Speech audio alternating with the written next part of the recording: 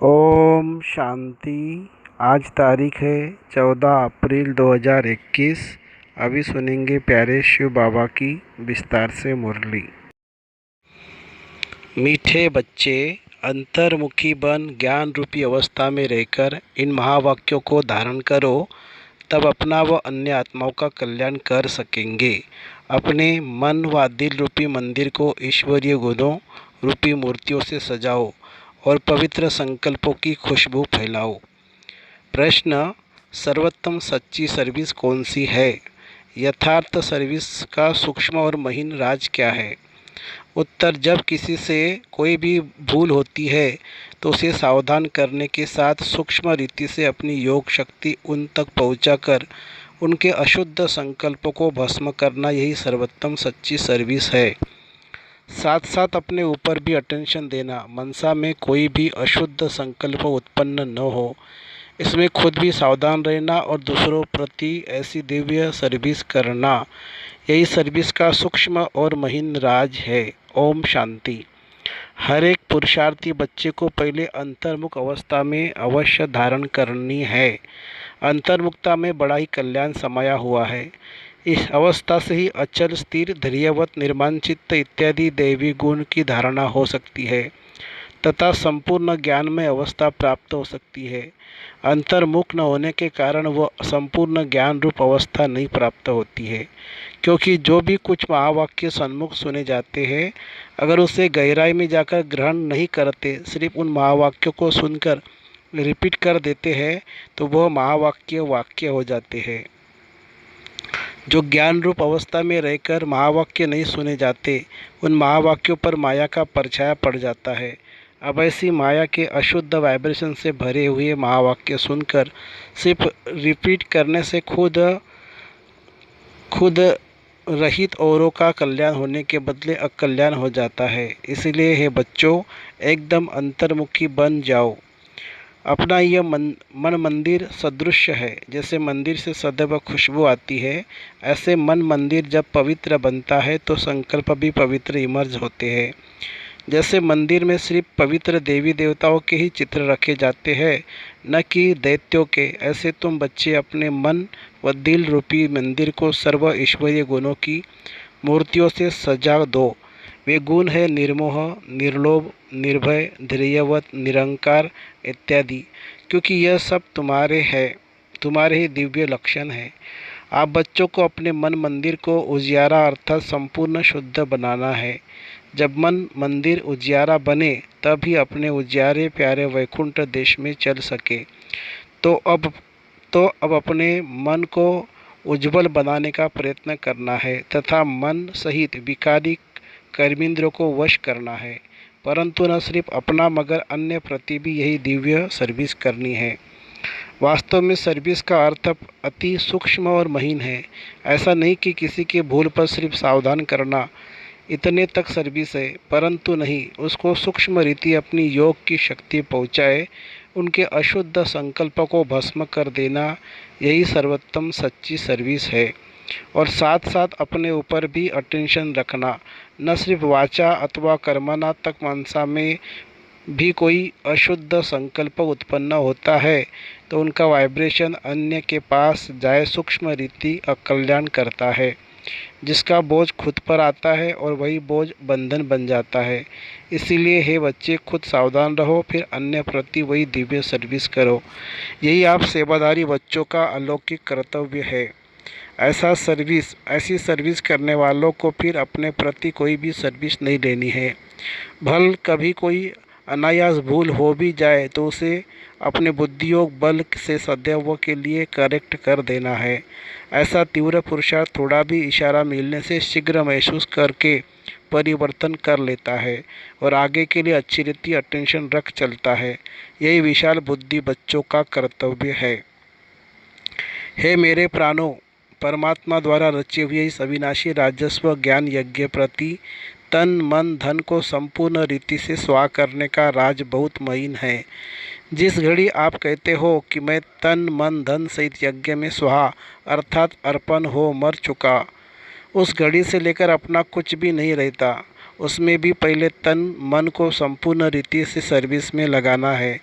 जब सब कुछ यज्ञ में अथवा परमात्मा के प्रति है, फिर अपने प्रति कुछ रह नहीं सकता। धन भी व्यर्थ नहीं गवा सकते, मन भी अशुद्ध संकल्प विकल्प तरफ दौड़ नहीं सकता, क्योंकि परमात्मा को अर्पण कर दिया। अब परमात्मा तो है ही शुद्ध शांत स्वरूप, इस कारण अशुद्ध संकल्प स्वतः शांत हो जाते हैं। अगर मन माया के हाथ में दे देते हो तो माया वैरायटी रूप होने के कारण अनेक प्रकारों के विकल्प उत्पन्न कर मन रूपी घोड़े पर आए सवारी करती है। अगर किसी बच्चे को अभी तक भी संकल्प विकल्प आते हैं तो समझना चाहिए कि अभी मन पूर्ण रीति से स्वाहा नहीं हुआ है, अर्थात ईश्वरीय मन नहीं बना है। इसलिए हे सर्वत्यागी बच्चों, इन गुह्य राजों को समझ कर्म करते साक्षी हो खुद को खुद बहुत खबरदारी से चलना है। स्वयं गोपी वल्लभ तुम अपने प्रिय गोपियों को समझा रहे हैं कि तुम हर एक का वास्तविक सच्चा प्रेम कौन सा है। हे प्राणों, तुम्हें एक दो के प्रेम भरी सावधानी को स्वीकार करनी है, क्योंकि जितना प्रिय फूल उतना ही श्रेष्ठ परवरिश। फूल को वैल्यूबल बनाने का अर्थ माली को कांटों से निकालना ही पड़ता है। वैसे तुम्हें भी जब कोई सावधानी देता है तो समझना चाहिए जैसे कि उसने मेरी परवरिश की, अर्थात मेरी सर्विस की। उस सर्विस अथवा परवरिश को रिगार्ड देना है। यही संपूर्ण बनने की युक्ति है, यही ज्ञान सहित आंतरिक सच्चा प्रेम है। इस दिव्य प्रेम में एक दो के लिए बहुत रिगार्ड होना चाहिए। हर एक बात में पहले खुद को ही सावधान करना है। यही निर्माण चित्त अति मधुर अवस्था है। ऐसे प्रेम पूर्वक चलने से तुम्हें जैसे यहाँ ही वे सत्युग के सुहावने दिन आंतरिक महसूस होंगे, वहाँ तो यह प्रेम नेचुरल रहता है, परंतु इस संगम के स्वीटेस्ट समय पर एक दो के लिए सर्विस करने का यह अति मीठा रमणीक प्रेम है। यही शुद्ध प्रेम जग में गाया हुआ है। तुम हर एक चैतन्य फूलों को हरदम हर्षित मुख हो रहना है, क्योंकि निश्चय बुद्धि होने के कारण तुम्हारी नस नस में संपूर्ण ईश्वरीय ताकत समाई हुई है। ऐसी आकर्षण शक्ति अपना दिव्य चमत्कार अवश्य निकालती है। जैसे छोटे निर्दोष बच्चे शुद्ध पवित्र होने के कारण सदैव हंसते रहते हैं और अपने रमणीक चरित्रों से सबको बहुत खींचते हैं, वैसे तुम हर एक की ऐसी ईश्वरीय रमणीक जीवन होनी चाहिए। इसके लिए तुम्हें किसी भी युक्ति से अपने आसुरी स्वभाव पर जीत प्राप्त करनी है। जब कोई को देखो कि यह क्रोध विकार के वश हो मेरे सामने आता है, तो उनके सामने ज्ञान रूप हो बचपन की मीठी रीति से मुस्कुराते रहो, तो वह खुद शांति चित्त हो जाएगा, अर्थात विस्मृत स्वरूप से स्मृति में आ जाएगा। भल उनको पता न भी पड़े कि, लेकिन सूक्ष्म रीति से उनके ऊपर जीत पाकर मालिक बन जाना, यही मालिक और बालकपन की सर्वोच्च शिरोमणि विधि है। ईश्वर जैसे संपूर्ण ज्ञान रूप, वैसे फिर संपूर्ण प्रेम रूप भी है। ईश्वर में दोनों की क्वालिटीज समाई हुई है, परंतु फर्स्ट ज्ञान सेकंड प्रेम। अगर कोई पहले ज्ञान रूप बनने बिगर सिर्फ प्रेम रूप बन जाता है तो वह प्रेम अशुद्ध खाते में ले जाता है। इसलिए प्रेम को मर्ज कर पहले ज्ञान रूप बन भिन्न भिन्न रूपों में आई हुई माया पर जीत पाकर पीछे प्रेम रूप बनना है।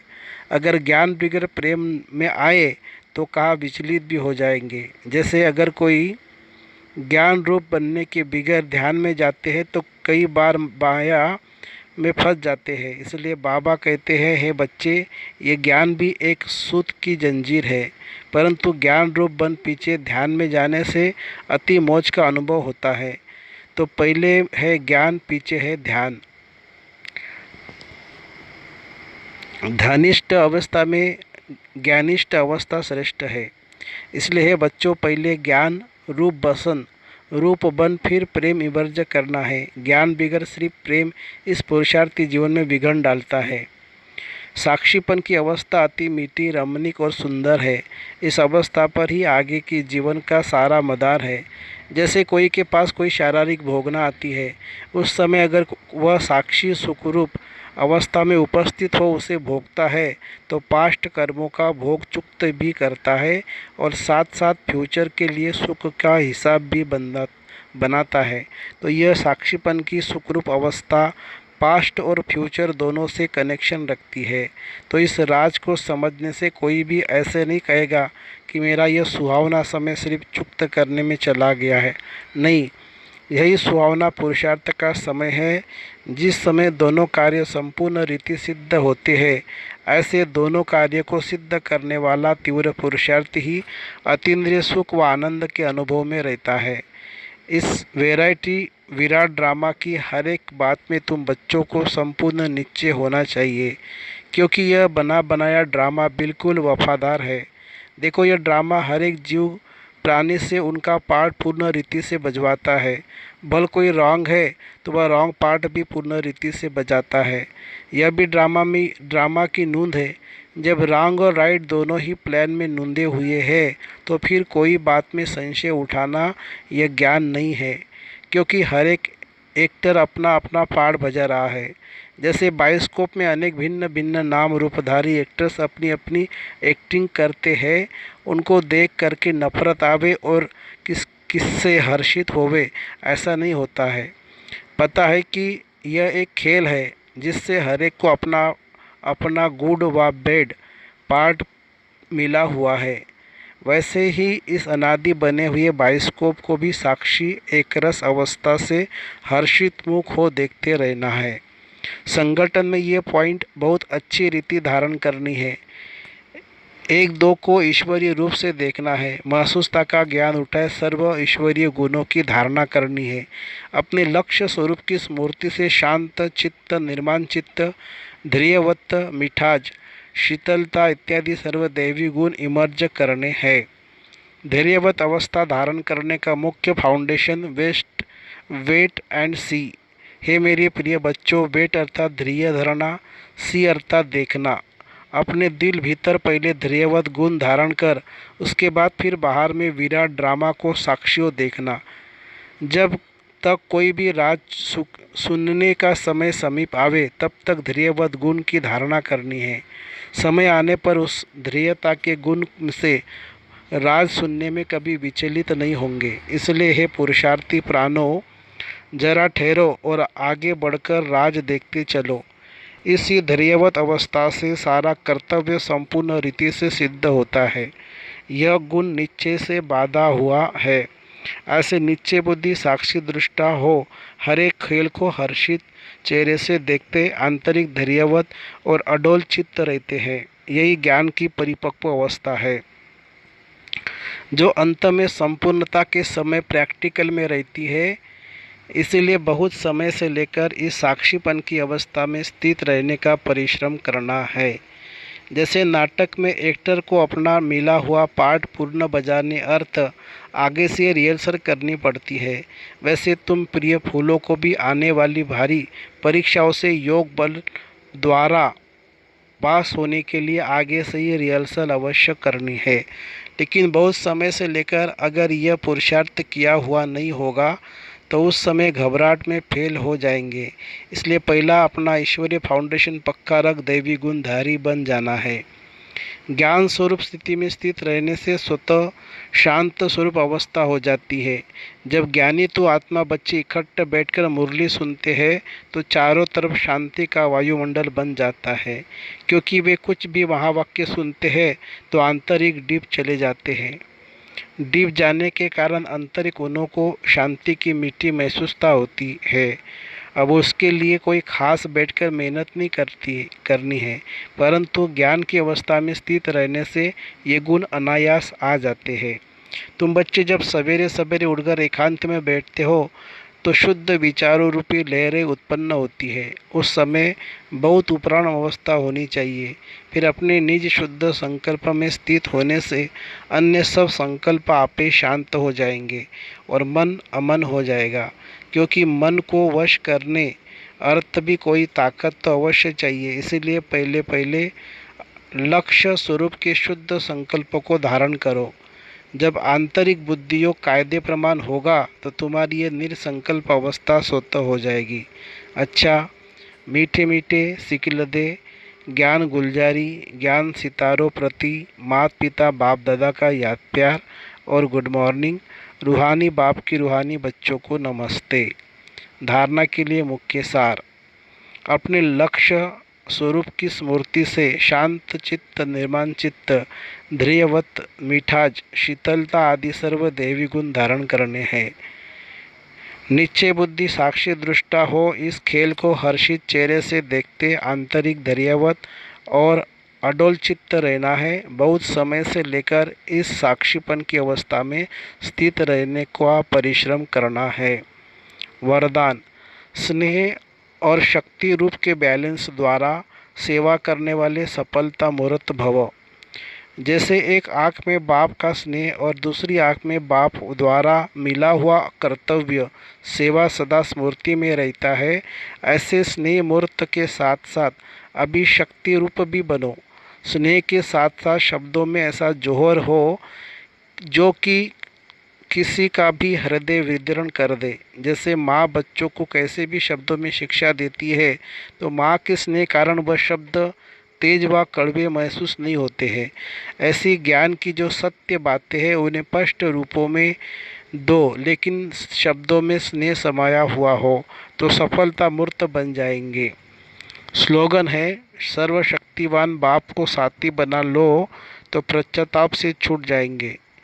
सर्वशक्तिवान बाप को साथी बना लो तो पश्चाताप से छूट जाएंगे। अच्छा, ओम शांति शांति शांति। शुक्रिया बाबा, शुक्रिया। Thank you Baba, thank you.